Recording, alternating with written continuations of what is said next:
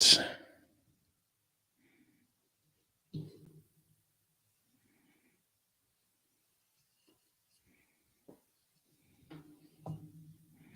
right, let's go. 3, 2, and 1. All right. Well, hello, everyone. Welcome back to another episode of Persuasion by the Pint. I am Jonathan Taylor, along with Sean McCool. Sean, we've got a fun one today. We're going to dig into an oldie but goodie. Kind of old. Kind of, yeah. We're kind of in this stretch. We're doing some books that are, I don't know, at least 10 years old. Yeah. That's old, I think, man. I think there's some, I know the way stuff comes in and out and goes away so quick. That's like ancient. But, I think it's fun to go back in some of these and pull out the principles that might still apply. And then also to kind of see if and what's changed. Play devil's advocate. Well, I mean, right. Like, okay. Because you sent me something this week that was like, oh, man. Yeah. So, we'll talk about that as well. That link that kind of goes against. Yep. Seems to go against. I don't know if it actually does. I've been thinking about it a lot this week. So we're going to be we're going to be answering 3 questions today. Number 1 is, how do you attract leads without selling? How do you gain access to people in your industry? Yeah. And how do you connect with and gain trust with your ideal customers? Absolutely. So all 3 are going to be answered by basically the same question, which is going to be covered in the book that we're going to be talking about. So that's my tease. So we say the name, or are we just going to leave it as a tease? And I guess we can just leave it as a tease. We don't have a guest or anything. So, all right, sounds good. So, all right, yeah, it's going to be fun talking creatively, how to market, sell to people who will gladly purchase from you.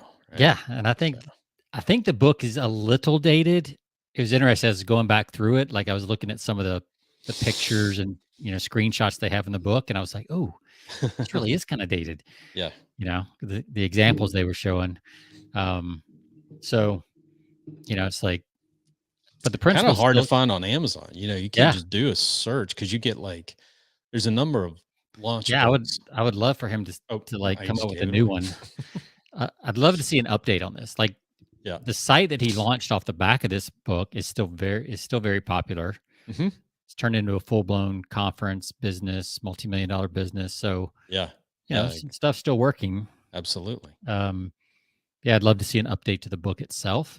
Mm-hmm. But that's kind of, now they sell a conference that you can go to instead of a $15 book. You can go to a $500 or $1,000 conference. Absolutely. And I noticed I would rather spend my time on that, don't you? Yeah. So that's what he's doing. And I think he actually sold the conference rights out, as a separate business. So that's kind of cool too. Yeah. But it all started with this strategy. So the question is, does the strategy still work? And we're going to dive into that today. But before we do, we've got a beverage, probably a rather strong beverage today. So pull it up on the old screen. And it is from Royal Docks Brewing Company. It is called Vlad the Impaler. And it's Vlad. Is that Vlad? Did you pick that? I just noticed that you might be picking. Was this timely with this? What's going on? No, actually, that was probably not good timing. Actually, now that was poor timing. It was poor timing. But I've been wanting to drink this one. Yeah. But yeah, it is a Russian Imperial Stout. Yes, it is. And it was actually, let's see, it says known for his ferocity in battle and unequal defense of Romania against the Ottomans and Turks. Yeah. Even though it's a Russian stout, Vlad was Romanian. So Vlad, the 15th century voivode of Walachia, better known as Vlad the Impaler and Vlad Dracula, is a folk hero in his native Transylvania. Like its namesake, this stout is righteous, strong, and will leave an impression for years to come. So is Vlad the Impaler the same as Dracula? I did not know that. Did you know that? Doesn't seem like that would be opposite, because in the way you kill Dracula is you impale him with a wooden cross. Yeah, it says better known as Vlad the Impaler and Vlad Dracula, a folk hero in his native Transylvania. That's how you kill Dracula, is with impaling him. Yeah, with a wooden stake. Yeah. Huh. Well, now I'm See, confused. look at here. These guys are a little graphic. Yeah, I mean, this is a very like that can jumps out on the shelf for sure. It does. Black, Just that little bit of color. little color, black and white with that bright red color. Mhm. But this is another Ohio beer, so Yep. up there in the pack that we got. But this one's from Royal Docks Brewing. So this one comes in at a hefty 13.1% alcohol. Has IBU of 72, OG of 29.4, and FG of 7.3. No idea what those two are. But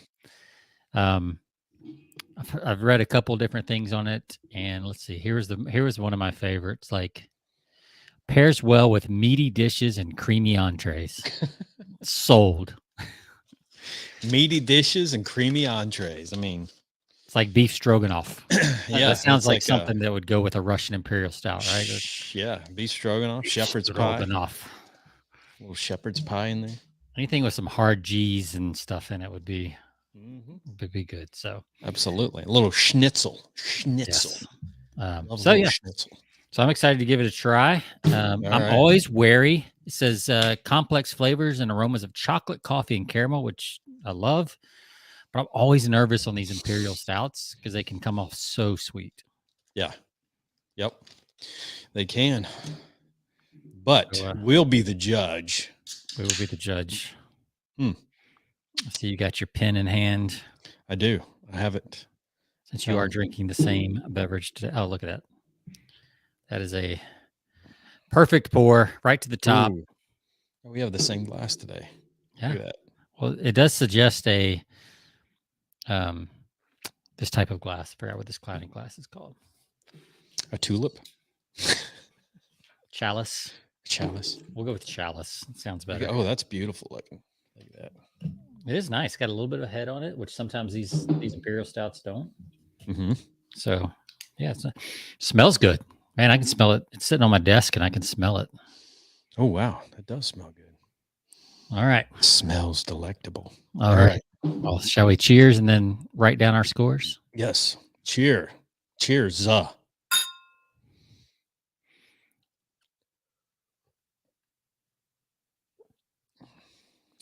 I was going to do to Vlad, but I figured that may not be the best. Probably should do some more research before we get a hail to Vlad. I was just going to say, Drago.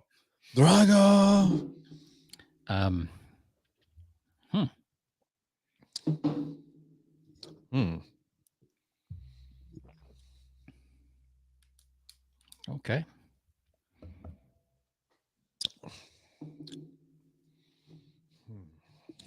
All right. Let's see.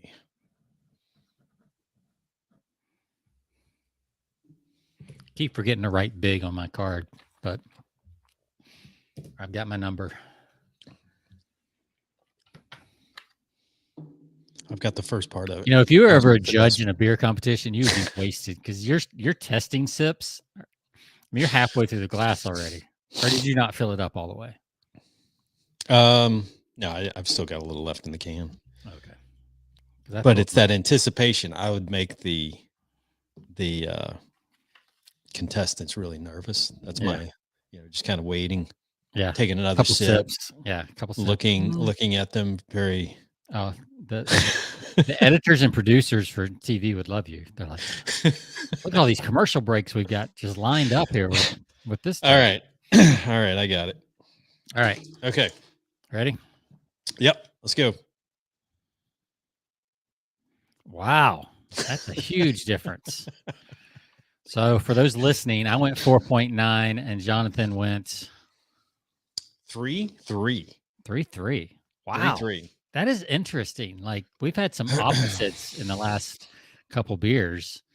I know. I don't know quite what it is. It's and one thing that may play into it, I did put these in the mini fridge because I brought them over from the house. They've been in a pantry, so I took all our show beers, put them in a pantry at the house, and what I do is bring them over, put them in the mini fridge in the office. But I got over here a little late today to put in the fridge. Maybe a little warm.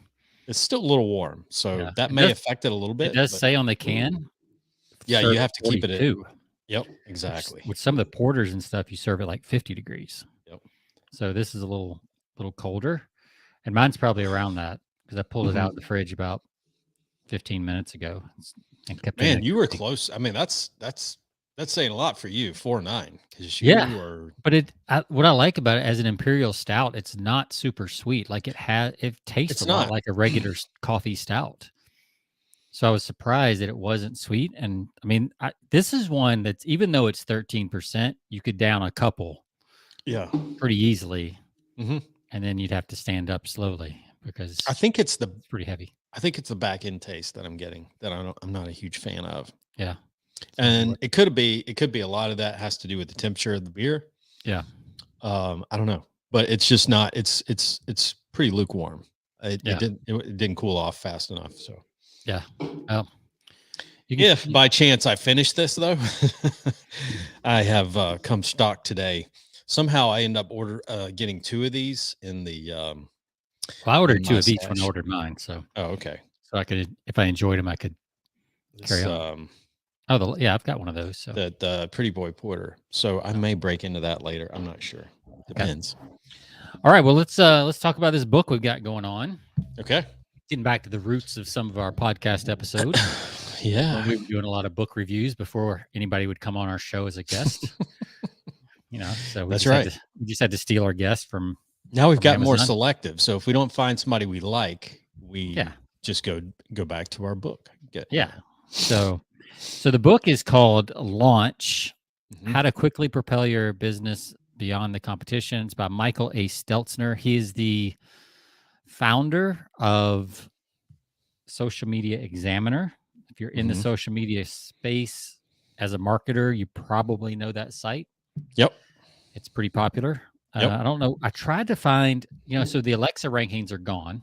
They've kind of shut that site down or in the process of shutting it down. Yeah, effectively the summer is when they shut it down. So I couldn't find like a clean, I didn't have a subscription to anything that would give me a clean like ranking to see where they're still at. But at one point they were like top 100 site. But this book was written in 2011. And so he started Social Media Examiner a little bit before that, but literally using what he talks about in this book, they went from like nothing to one of the top sites in the industry. And granted, social media was kind of getting off the ground around that time as well, 2010. So it was good timing. But in like 12 months without really selling anything, and then they started selling afterwards. Right. So we're going to talk about his idea, what he believes, and we've heard some other people talk about this, and then we've got other people. Doberman Dan came to mind. Yeah, like as the opposite of this, because I think we had him on, right? Wasn't he on one of our shows a while back? Yeah. His book is Just Sell the Damn Thing. So it's the opposite strategy. Of what we're going to be talking about today. Yep. So this is something you'll have to take with kind of a grain of salt and decide for yourself. I don't think it's one or the other. I think it's a little of both. I think it's, but you got to have both. You got to have a mix, But I do think that too many marketers, especially direct response marketers, overlook the power of what we're going to talk about today. Oh, yeah. And I know Dan Kennedy always did. He was like, I think he was cautious of relying too much on that part of it. But he did a lot of this stuff. He did, yeah. But he just didn't do it. Well, first of all, he didn't do it as much online, but he did do a lot of this stuff. I mean, it's basically a lot of the same things we've heard before. This is just a little more intentional and a little less. The selling doesn't happen as quick with what we're going to talk about in this book. Yeah. So it's a little bit longer term strategy, which I think is why a lot of people don't do it, because they're trying to get the immediate sale. They're trying to cash flow the business and all that kind of stuff. So it does take a little patience. But if you can be doing this in the background, while you're out pounding the pavement, making some sales, I think this can really put a nice foundation under your Absolutely. business for years to come. So Yeah, and it's it's all of this has evolved. We talk yeah, when we get into, because we're going to be talking about content marketing from yes, this angle. And a lot of this, when this was written back in 2011, this was kind of at the podcasts were completely brand new. right. And now everybody has got a podcast. I Yeah, and mean, I was thinking about that. Like a lot of what he talks about has shifted to podcasts. mhm. He didn't really talk much about podcasts because, like you said, they were new Yeah. 11, 12 years ago. And it's so effective. I think, the podcasting is so effective because it's another form of a content that's easier. Not everyone likes to sit down and blog or anything like what was popular at the time. And it's But more I'm noticing portable. a lot of guys building their platform nowadays with podcasts. I listen Yeah, to several podcasts, some that I think one that I mentioned last week, a guy that's counsels on dealing with teenagers. He's got a great platform because he's got a really informative podcast. So he's like gives valuable content up front, but then directs people where they can find out about his resources. So he gives complete value. And then there's another, we've talked about this guy before, the brutal truth about selling, that guy who does a lot of LinkedIn videos, but he's also got a yeah, podcast, and he's got, he advertises his platform, which is so smart, yeah. for people to do that because, See the you guy know, that just like walks in his neighborhood and does yep, the yep, those that videos? guy. Yeah, Yep. yeah. Well, it's funny because in the book, Michael talks about he did that for I think his white paper business. Maybe it Yeah. wasn't Social Media Examiner. Maybe it was. Maybe it's both. Hmm. But he did that. He did some like when live videos was first kind of coming on. He did that as some Yeah. of his content, Yes. and sure enough, it did really really It well, works. It works. and it still works to this day. So He yeah, he like gets he gets so many. So he talks about his courses, mhm, just in the podcast. So it's all a big, it's all a big funnel. I yeah, think that you're funneling people, but you're using kind of a broad net and kind of honing and then funneling and you're those not people like in. it's and I think this is one thing Dan Kennedy did do really well because he did have content, but he was paid content. Hmm. Right, Yeah. so his newsletters has always been like his core piece of content Yeah. that he got people onto, and then he would just mention a book or a course in an Hmm. article on Hmm. the newsletter, and you're not pitching it, but very intentionally placed. He'd say something like I said in, and then name the course, So smart. Yeah. or like I go deeper in the course, and then just moves on. You're like, well, Everything is so intentional too. yeah, I and then mean, you're like, he's well, crap, I got to know what's in the yeah. course. And next thing you know, you're online buying the course. So I think he's Well, done that's how that. I bought, that book on reading, cold reading, that we talked about a couple of Yeah, weeks ago. Just he mentioned it in glancing, not from an audio, but just in his book. He just mentioned it in one of his no BS books, right. in passing. And obviously that's not anything that he's published, but still the fact that you've got that power of, the power to recommend something or Yes. mention something, and people are automatically just going to say, okay, I got to check that out. Yeah. So And you've got that here's platform. exactly. And I wrote down. I've got like a page of stuff that I wrote down. Most of it comes from the first few chapters of the book. If you just wanted to get the idea, you could literally get this book on Kindle. Read the first couple chapters, and it'll either be for you or not. And then the rest of the book is kind of the how to do it. Okay. So we're not going to go deep into the how Yep. to, because that gets into literally like how to do long form content, how to write good blog Hmm. posts, how to get experts, to write for you. Like it really gets into the nuts and bolts. Sure. So we'll just hit the concept and listeners can decide for themselves if it's something they want to Sure. dive deeper into. But one of the big things that I underlined and highlighted in the book was marketing still can't predict when people will buy. It's never going to be able to exactly tell. And I'm sure some of our neuromarketing friends are like, no, maybe we're getting closer. Well, like, Yeah. Right. but we're still not exactly sure when somebody's going to buy from us. on any given offer, Right. things like that. We know we can get a certain percentage of people to buy at a certain time, but it's still hard to know exactly when somebody's going to buy. So you got to keep them in your ecosystem long enough. Absolutely. So they feel comfortable buying. Yep. So that was one of the big things. People have channel overload. Like there's so many different ways there's so many different channels coming at you now. Which is one of the things that I'm curious about. Like, does this still work with so much more content than there was 10 or 11 years ago? Yeah. Like, does this still work? So we'll talk about that. And that's the article I sent you, which I'll pull up here in a minute. Yep. But the fact remains, less than 1 in 3 people trust marketing messages. Yeah. What's the old saying? People love to buy, but they hate to be sold too. Yeah. And that is so true. It is. It really is. I mean, yep. I love to go buy stuff, but man, I mean, we've all experienced that with like a new car, right? You love buying a new car, but nobody likes to go through the process of buying a new car. Now there's entire companies like Vroom that are cashing in on that, right? It's like, hey, just go online, buy your car, we'll deliver it to you. You don't have to deal with the dealership, anything. That's right. That's right. I don't think I could do that yet. I'm not there, but the younger crowd is certainly. No, there's still, I think, us older guys still, there's a part of us that still likes a little bit of that process. Maybe it's just being, from a background in sales and marketing, just kind of wanting to engage and do a little negotiation. Well, I think too, like physically putting your hands on the product that you're going to buy, as opposed to just showing up on a truck. That's right. To me, that just feels weird for that, especially that price point. Yep. But I mean, there's people buying houses like that now too, like sight unseen, and just I'm like, can't imagine. Crazy. You can crop pictures too well to never know what's next to you or behind you when you buy a house. Couldn't do it.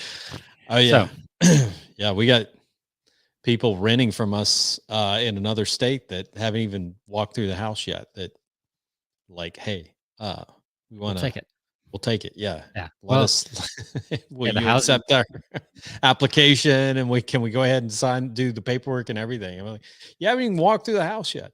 We don't care. I mean, we almost did that moving here because it was so tight. So that's right. Yeah, totally get it. I'm glad we didn't, because we would have made the wrong choice. I will say that. Hope your future tenants are not listening. They're paying cash up front, so. Yeah, good. No refunds. No refunds, buddy. But no, it's fascinating going through this book and looking at, from my standpoint, just how much has changed, but how the fundamentals are still the same. Right. It's all about getting quality, quality out there, not quantity, but quality is the key word. And I think that people have burned themselves out because they've focused on getting quantity of content out rather than quality of content. And very formulaic content, which is what the article I sent you talks about, right? It talks about, if you put in a keyword search, we'll just go ahead and talk about that. There was an article that came out. Let me see if I can find it real quick, where I sent it to you. Oh, the one on SEO or title is great. Google search is dying. All right, so that's a great title. Let me throw it over here in the proper window to share. All right, so this article from dkb.io, no idea what that is. dkb.io, but the title was Google search is dying. This is a fresh article from February 15th, 2022, updated on February 18th. So, and it talks about how Google search is dying and that Reddit is actually making a huge comeback. Yes. And if you look at one of my favorite sites, Charter, .co, they do some great graphics. I'm on their newsletter every week. It's got some good stuff. But you can see the trends where this place called MySpace apparently is not popular anymore. I probably should take my page down. Ebo, I never heard of. Are you what? MySpace? Oh, damn. All right, but you can see Facebook has fallen off a cliff in the last 5 years. Twitter went down and came back up. Snapchat is falling. Instagram is starting to decline. Yeah, a little Reddit, bit. Yes. Reddit has actually been Look at that. taking Reddit's off on fire. straight up the last 10 years. Yeah. And then TikTok, of course, is going crazy. It's Yep. kind of taken over, and Zuckerberg Absolutely. even admitted that they're scared of TikTok, basically. So Reddit is actually taking over a lot of people's Google if they really want answers, because what this article talks about is that if you go to Google now and you type in the whole first page, or not the whole first page, but you'll get 3 to 6 ad spots before you get to organic content. Mhm. And then if you'll notice, and I've run across this a lot, because when I'm doing research to write emails for clients or things like that, I will get the same basic article from about 5 different sites. I mean, almost word for word the same articles. Oh, yeah. Yep. Because they're using the same formula. They're looking at the top ranked thing, and they're just trying to improve on what Sure. that person did instead of coming up with something original or things like that. So what people are doing is they're moving over to places like Reddit, Quora, to try to get like real world answers from real people instead of an SEO formula answer. Yep. So that's where you got to keep this in mind as we talk about creating content. You can't just do the old SEO formulas anymore. No. And I'm not even sure the algorithms. I mean, obviously Google's algorithm still likes it because it's still working. But if you really want to gain the trust and do the things we're talking about, you're going to have to create a little bit better content. And like you said, Jonathan, I think that's where podcasts just lend themselves naturally to absolutely uniqueness. I mean, you controversy. Controversy. Like, but you use podcasts you do this in your business with your industrial sales. Absolutely. I mean, this is a key component. It is a key component, and it drives a lot of, not so much from the individual listeners to buy, but from the companies that want to sponsor that. Send me a lot of money to advertise on that.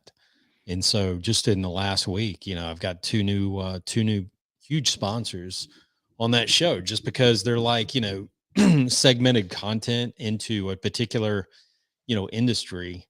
And we talk about that. A lot of times we have conversations, they'll have their marketing people reach out to me initially. We'll have a conversation, but you got to think about this. Companies out there are spending fortunes to run, advertising, one-page advertising, half-page advertising, in trade journals, which are completely dying. Who reads a trade journal anymore outside of, everything's digital now. Occasionally companies will do a printed version, maybe a quarterly trade journal. They'll send it out. But I'm going to tell you from my experience in my industry, and I do a couple of industry specific podcasts. And one of the feedbacks that I get, and I talk to a lot of companies, and I talk to a lot of members in associations that hardly ever read the trade journals. I mean, they're like, oh yeah, it sits on our, in the lobby in our office. Yeah. You know who reads it? The marketing manager, to see where his ad fell. That's right. That's the only person reading it. Yeah. Everybody's looking to see where their ad got placed. Exactly. And if it's correct. That's right. And then nobody else is reading it. No one else is reading it. Maybe the copywriter. And so they spend thousands of dollars for a single page ad. And I tell them every day, I was like, would you rather spend, and that's the question I always ask them. And it's usually the ace closer is when I ask them, would you rather be spending, $5,000 for a one-page ad, or would you rather spend that money on, 6 months of podcast advertising where your listeners hear you on a regular, every couple of weeks on a regular basis? It's timeless, it's evergreen. Yeah. And, your traffic, you're mentioned and you're talked about. Plus, you do interviews, with the people. Typically that's part of the package, is you have the companies come on your show and do an interview. Right. And, podcasting is one of the most, to me, I say it's one of the most intimate ways of marketing, because people hear your voice on a regular basis. People get familiar with who you are. Mm-hmm. And so that builds a lot of trust right there because they hear you on a regular basis. Well, you just mentioned something that is part of a formula that he kind of bases the whole entire book on, and the whole entire idea of content. He's got this formula: CG plus OP minus MM equals G. So let me break that down. CG is, man, I already forgot. Content. Yeah. That's a big Content something. What's the G? What's the second G? The first G? Great content. I had it great backwards. content. GC. Yeah. That's why I couldn't get it right. I wrote it down. Great content. Yeah. Great content plus other people minus marketing messages equals growth. Yeah. So what you just said about having guests on, industry experts, is one of the things he talks about a lot. Is like, you don't have to make all this content yourself.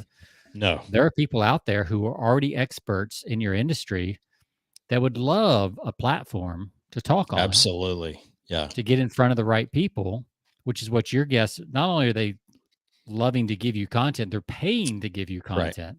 Right. He's actually having people do content for free. I mean, they're not paying, but that's probably a model you could do as well. Mm-hmm. But that other people is a big reason why he was able to scale Social Media Examiner so fast, is he went out and found the experts and put them all in one place and became the place for people to come to. So he says, if you really want to do this right, you want to own the place people go to for help. Yep. So your podcast, Jonathan, is like that, right? It's one of the places in your industry. It's a small industry. But it's a niche, but you're like the big fish in a small pond. The analogy of the big fish in a small pond. Well, that's what I like being. I don't like being another medium-sized fish in a large pond. Right. I like being a big fish in a very small pond, to me, because I stand out. So that's kind of the philosophy that I've always had, is like, let's be the big fish in the tiny pond where people recognize me, and I don't have to do as much work. I just have to associate myself with people that are the experts, and I interview them on a regular basis. Pond, right? Yeah, it's got to be a lucrative. Yeah, you want people with you want big money in that pond and opportunities for sure. But yeah, and I think that's, there's we go back and forth on this debate on niche marketing and broad-based, and I don't think there's a single formula that says this is the way you should do things. No. I think it's good. You can start small and then you can broaden yourself, or you can go vice versa. But I've found it very lucrative to be in for years to be in a very small pond and build a lot of big platforms in that industry that other people weren't doing. They were like, oh, we didn't think about this. Or if they're doing it, they're not doing it consistently. They're doing it, some of my competition out there in the industry that do podcasts, they're putting out podcasts once every 3 months, and that's not a recipe for success, but they're not doing it. To it type thing, right? Yeah, exactly. Yeah. Because podcasts are cool and they think they're supposed to be doing it. So it's just kind of in the marketing rotation, but it's not a focus. Absolutely. And they're treating it as just another side thing that they're supposed to be doing. Whereas I'm treating it as a legitimate marketing tool. And that's a great point. Yeah. From a number of different angles, like to make income from, obviously to make income from, it's like my side hustle is building income from the sponsorships, which, I'm always got a kind of a funnel of those coming in, but then just absolutely, interviewing people that are potential clients of mine that I can work with. So, it kind of tackles that in two different ways, for me, but, and then I'm building listeners on that, which is giving me influence that I can, then sell back to my advertisers and sponsors. Well, I mean, you can just putting in your signature that you're the host of Composites Weekly Podcast, like on your emails, like, oh, this guy's not just a salesperson. Yeah. He's obviously an expert, podcast host.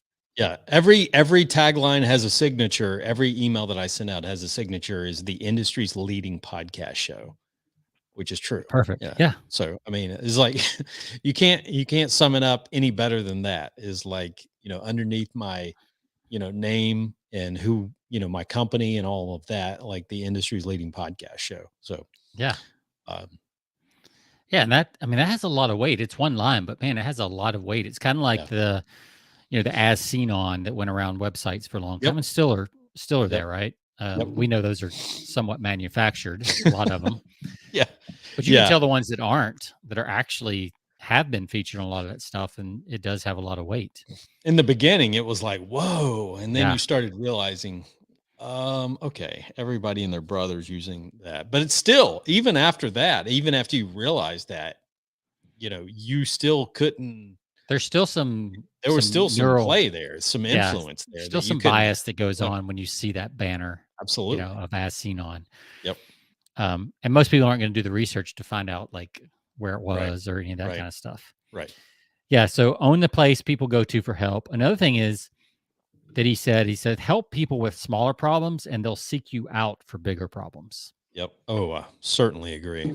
Yeah. So if you can give people like insights, another thing he said is everyone wants access to great insights and great people before they want access to great products and services. Yes. They want to know that they can turn to somebody for advice, insights, information, connections, or whatever before they want to start buying your products and services. Absolutely. And that's a great point, because I think that there's one, and I've always heard this, but it's true. It's like, give your best information away free up front, because people won't hesitate to buy your other stuff. And that's it's so, like sometimes that's so scary though, isn't it? Like, oh, it is. It is. like Because people are like, totally like, counterintuitive. I'm going to hold back my really good stuff because that's the Right. stuff I want to sell, but I'm going to give out this basic stuff and kind of bring them in. No, that's not the way it works, because people aren't going to buy from you. You got to get your better than best stuff out there and give it away for free. And I noticed that from a lot of podcasts that I have literally purchased from, just by listening to their, just listening to episodes of their podcasts. I go straight to their website, order their courses one after the other. Yeah. And, become a lifetime, member. I'm in their list now, and so they can sell to me, like Dan Kennedy says, I've got a herd of, cattle out there. Once I get on their list, that I'm just herding cattle, I'm just sending out a promotion and boom, I'm buying. So, yeah, that's so true. Another good point he makes is that you'll know your content is good because good content is shared. If your content's not getting shared, it's probably not that good. It's probably absolutely. Just, okay. Yep. I agree. What's the technical term? Meh. Meh. It's okay. Term. Yeah. Yeah. Who's going to share just an average, piece of content that you're like, you're trying to hold all your good stuff back. Yeah. People aren't certainly going to share that. And the more controversy you create through your content, even better, Yeah. And he goes into some detail. I will go into that real quick. So he does talk about some of the big types of content that you can kind of work with. Now, the whole book, the reason it's called Launch is the entire book is a metaphor analogy. I don't remember. Man, I can never get those two right.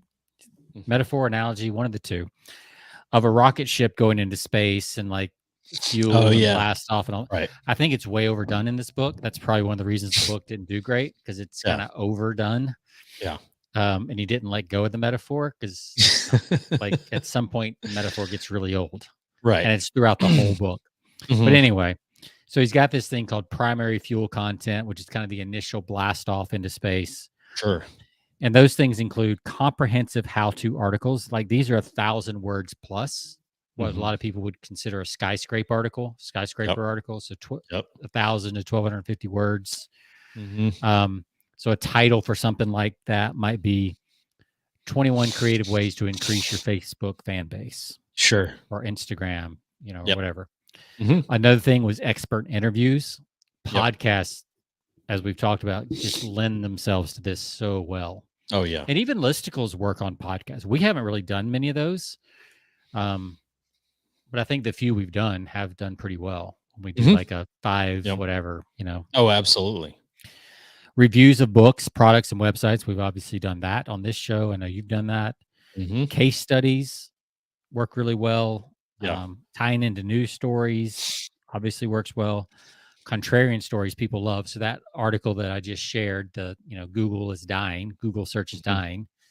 So that's kind of a contrarian type story because most people would not think that.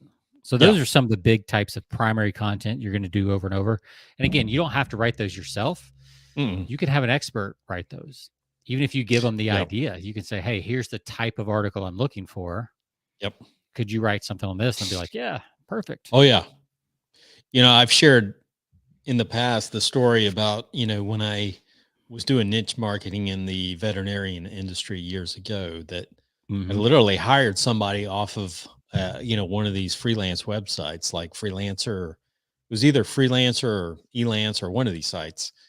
Found somebody who had experience in the veterinarian industry, got her to write like several articles that were tailored to veterinarians, and marketing, several marketing articles.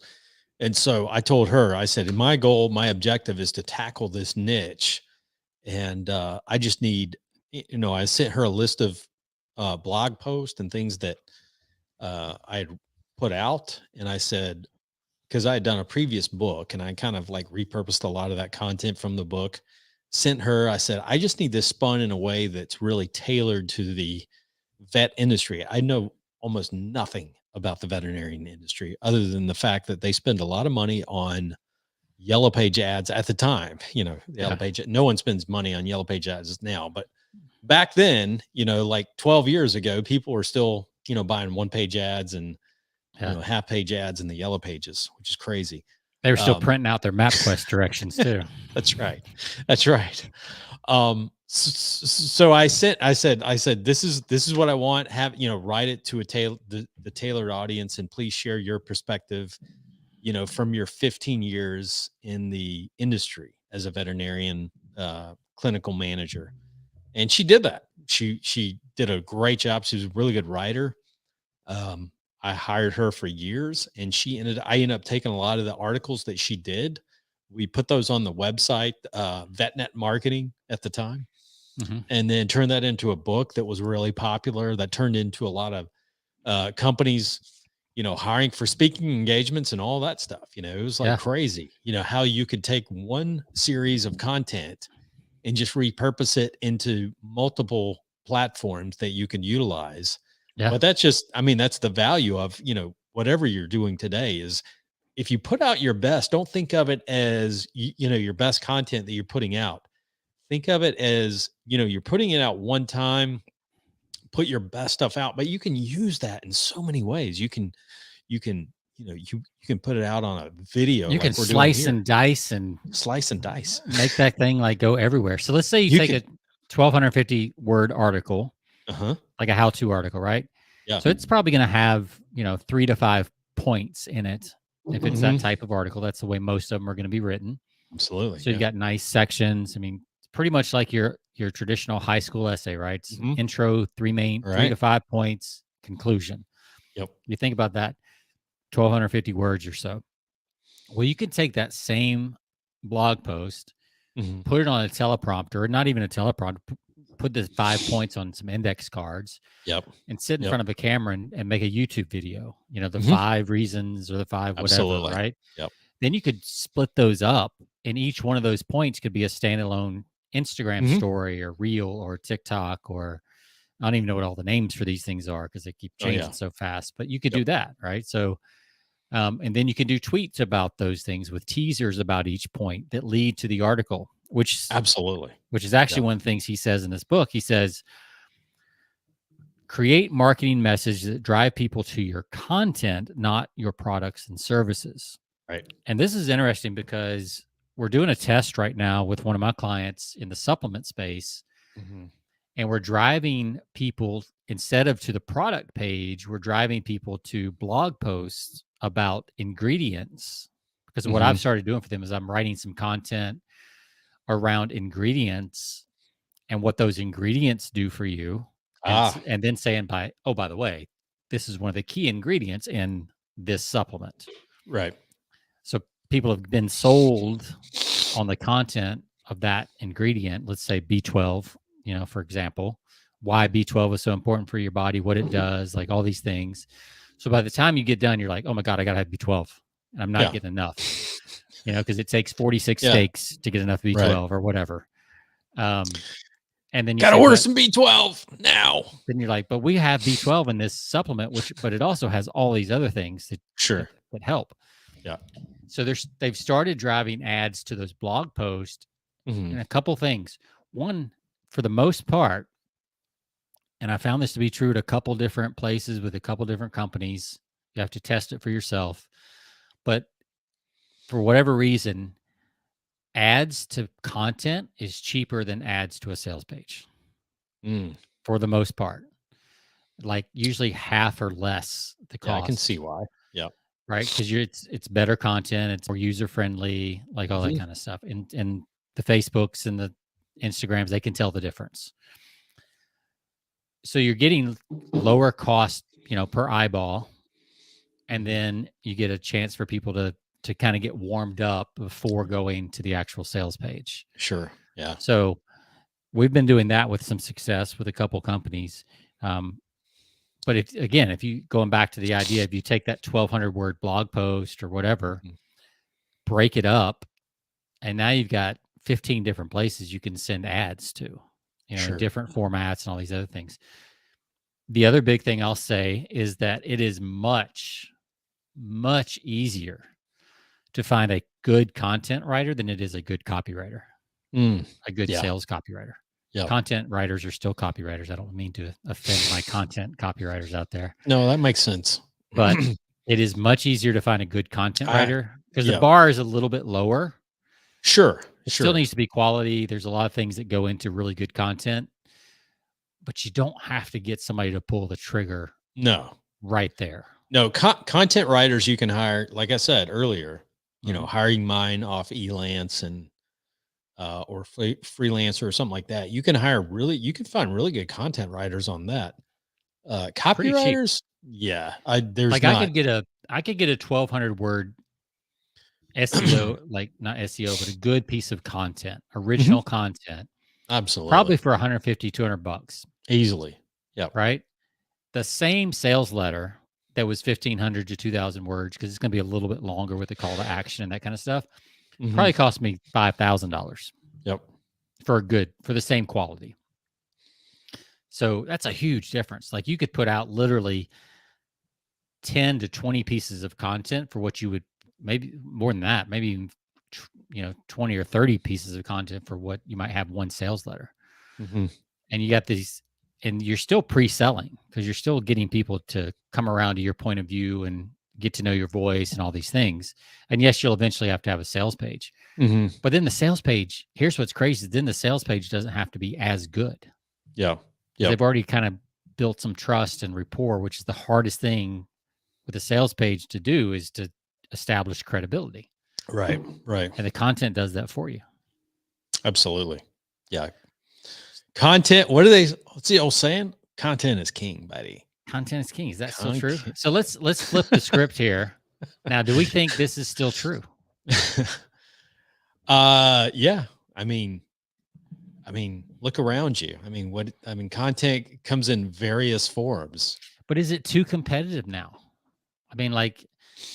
Or do you think there's still space for some? Like, if I wanted to get it, pick a niche, and you wanted to go in and be king of that niche, like, do you think it's too late because there's seems to be content mills on everything these days? No, I think you have to have, depending on, I think niche is a key, because you have to have a niche either in an industry or you have to have a specific personality, in the way that you package that content. Because you gotta, differentiate yourself in this day and age. The way you do that is either through an industry, like I said, be a big fish in a small pond. Even in that though, you've got to have, you've still got to do some, uh, there's some personality involved in that, even Yeah. in niche marketing. But I'd say it's a lot easier when you hone in onto a niche.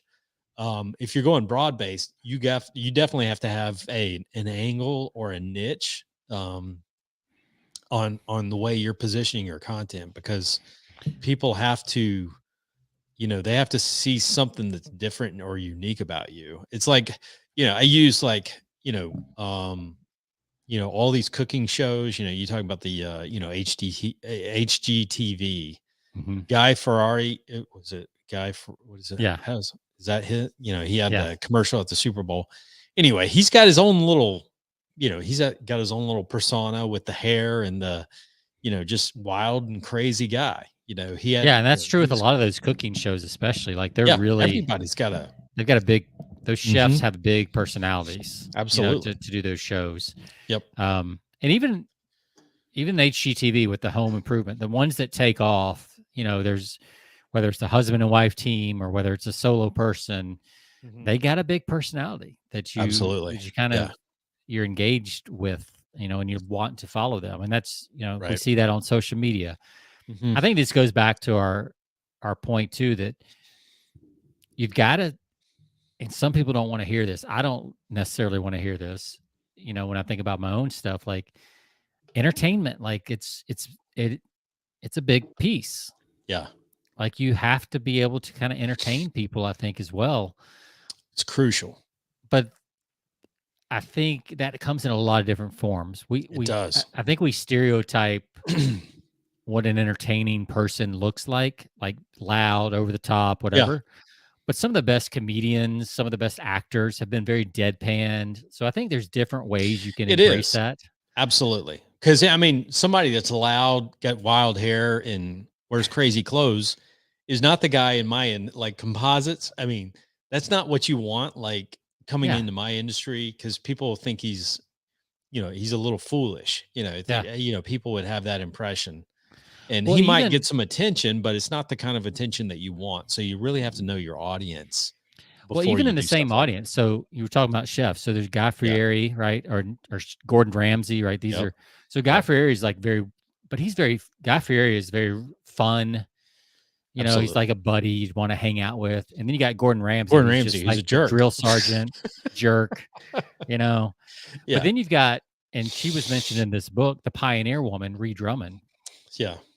She's very calm, very quiet, very Right. understated. And yet she's got this, multi-million-dollar industry now around Absolutely. her Right. in the same niche, in that Yeah. same cooking, Mhm. kind of home-based niche. So it just shows that there's room for a lot of different personalities. Because There I mean, really is. there's only 8 billion people on the planet. 6 billion of them are connected to the internet.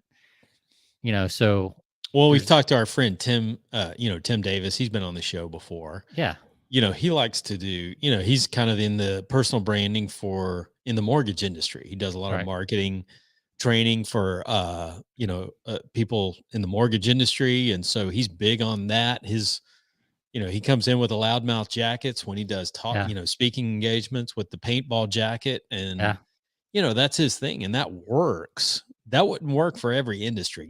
We've had right. conversations in the past. It's like, I would love to wear that jacket, at a trade show for composites, but people would laugh, and it would get attention, but it's not the right attention that I want. Yeah, I have to, you'd need a jacket that had it was like a quilt, but is made out of like different types of composites, like it would, yeah, Kevlar. I need a Like, Kevlar yeah, sports coat. That's exactly what I would do. A yeah, and they'd be like, Kevlar "Ooh, sports coat. is that Kevlar?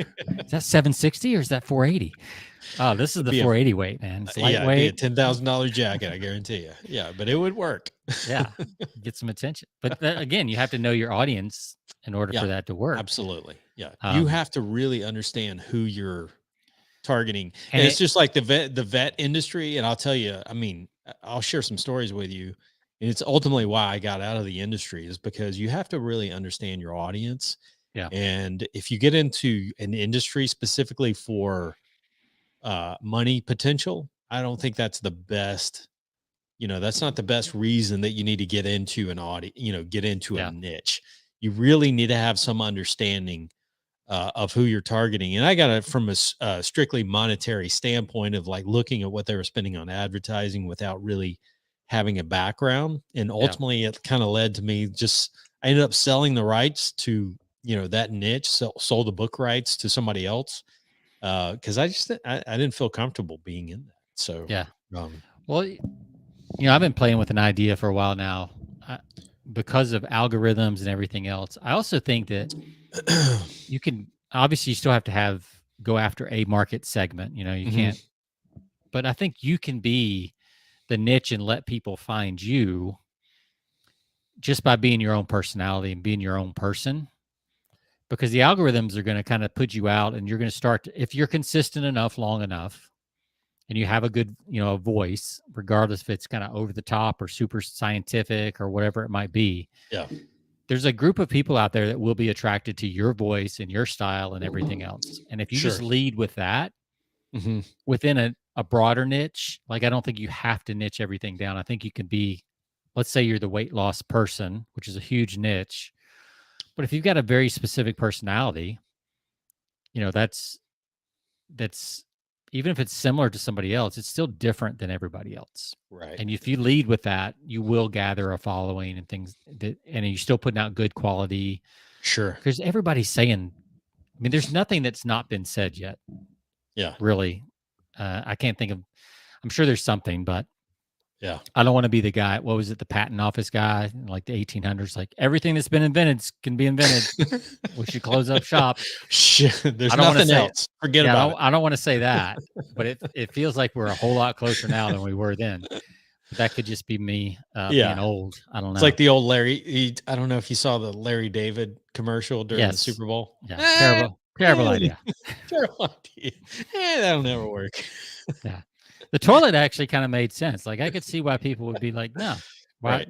Yeah. why would you do that inside? That's gross. Take it outside. That's We're right. not animals. Exactly. So Uh, so yeah, but I think there's a lot of room to just be yourself, which is mhm. by the way not easy No. to really No. just be your authentic self Right. without trying to be somebody else and do what that person's doing and look at what that person's doing. Like it's really hard to just be Absolutely. yourself Right. and trust that that's enough and like Yep. to go that direction. But if you do, I think it's really powerful. Absolutely.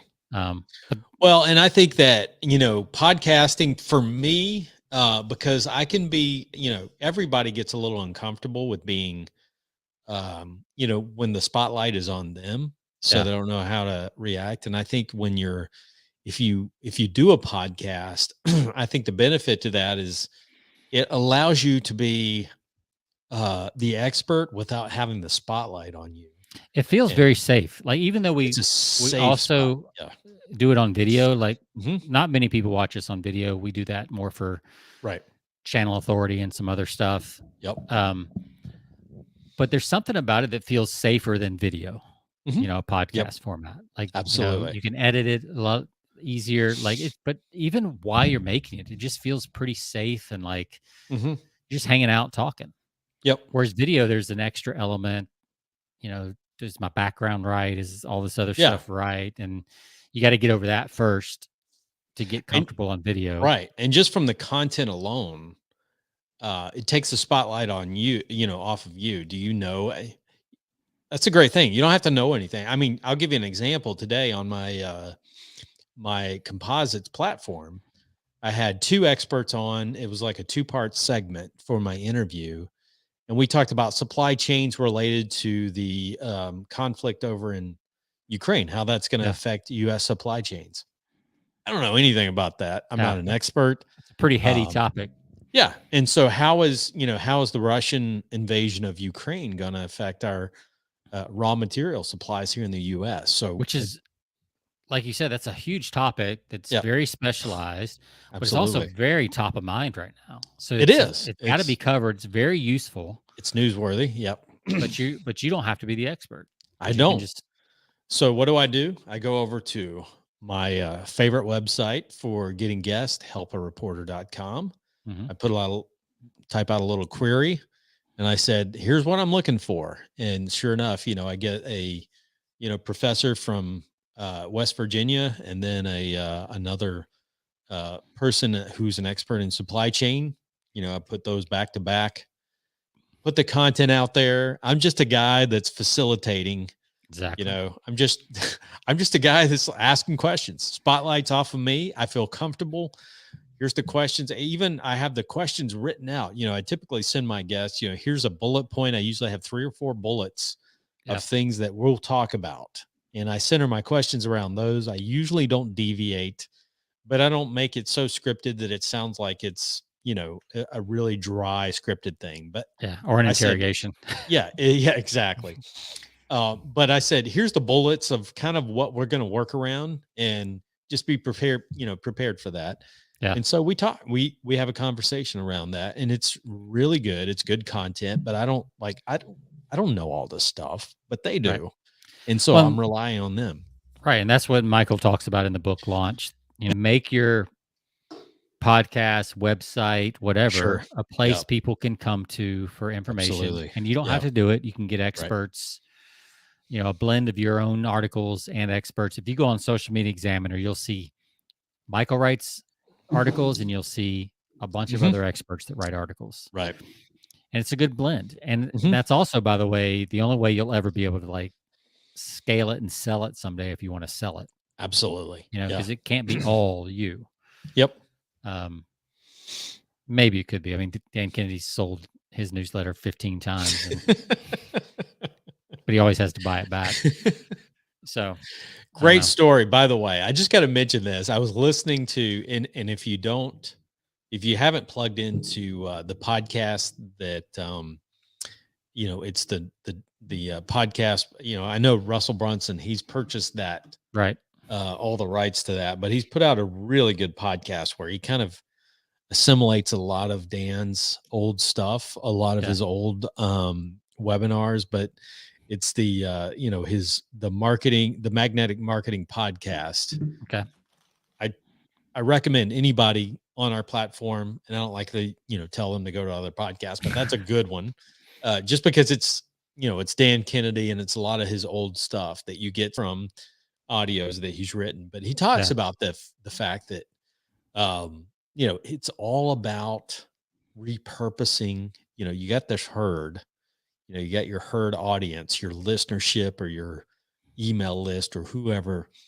And he said, this is kind of crass, but he's like, you know what? When I got a divorce, he lived in the state of Arizona. He's like 50% of everything in the state of Arizona. It's like, there's no negotiation in a divorce. Yeah. It is 50% down the middle, everything, so everything's cut in half. It's like when, after 22 years of marriage, got a divorce, half of my wealth was gone. So what did he do? He said, well, when you have a list, or when you have an audience, where you have a list, he said that helps. He said, I was able to take that half that I lost, earn it back in 18 months because I had a list. Yeah. And I had a platform in place.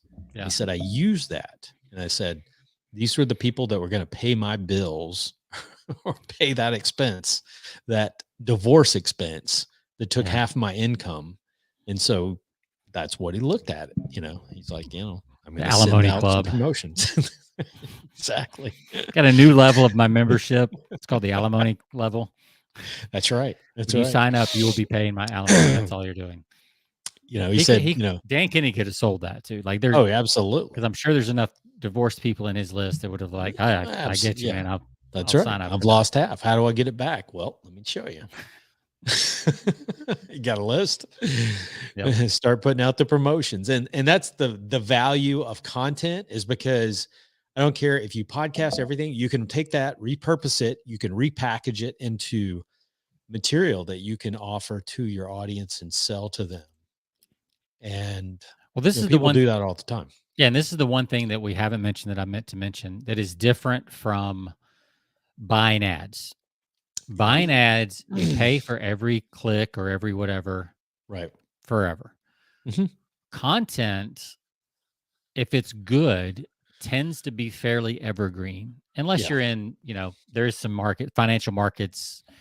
Sure. A good chunk of your stuff is not evergreen, but the basic principles there, you can have a pretty strong foundation of evergreen content, even in very volatile markets like financial or health, although health doesn't really change that much either. Terms change a little bit, but for the most part, most people in their industries, they can have some pretty evergreen content that lives on and actually builds momentum over time if it's really good content. It gets shared a little bit more. People find it years later, like you said, it can be repurposed. You pull it out of the archives 5 years later and just freshen it up a little bit. Whereas ads, you've got to constantly ads wear out pretty quick. They do.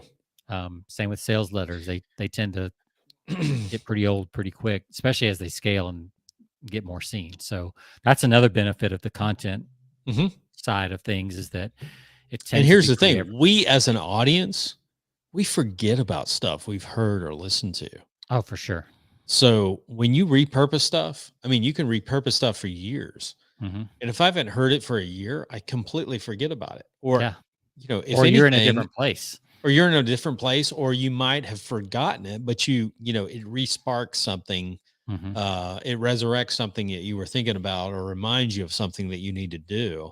So there's value in that. Just because someone's heard it one time doesn't mean that you can't, utilize it over and over again, because people hear things at different times. People forget things. And it benefits them, just like this, some of this old Dan Kennedy stuff I've heard before, but hearing it on the podcast platform is a reinforcement and a reminder of like, oh man, that is really good. Yeah, I used to do that. Now I'm not doing it. Maybe I should I'm not doing it. Right. Maybe I should pick that up again. I should pick it up again. Yeah, exactly. So, and how many times has he said that same thing? Over the past 30 years, Yep, absolutely. And fact is, 1% of the people are doing it, so he can keep saying it, and people are like, yeah, man, I should really get around to doing that. Then they forget about it, and then 6 months later they hear it again. They're like, oh. That's right. So you're actually doing people a favor by repeating. You are your best stuff. People have limited memories, and especially, I mean, in this day and age, people have so much going on. So people are, I think, grateful for the fact that you can, have information out there that you can remind them, because there's so much going on. You just need to be and reminded. If you can have a couple key things that you say over and over and over. So my buddy Ryan, that we finally got him down to like his formula for building $1 million business. Is 4 products at $25 each, or 4 products at 25 sales a day at $30 each is $1 million business. Like that formula is now, like, he says it over and over. Bingo.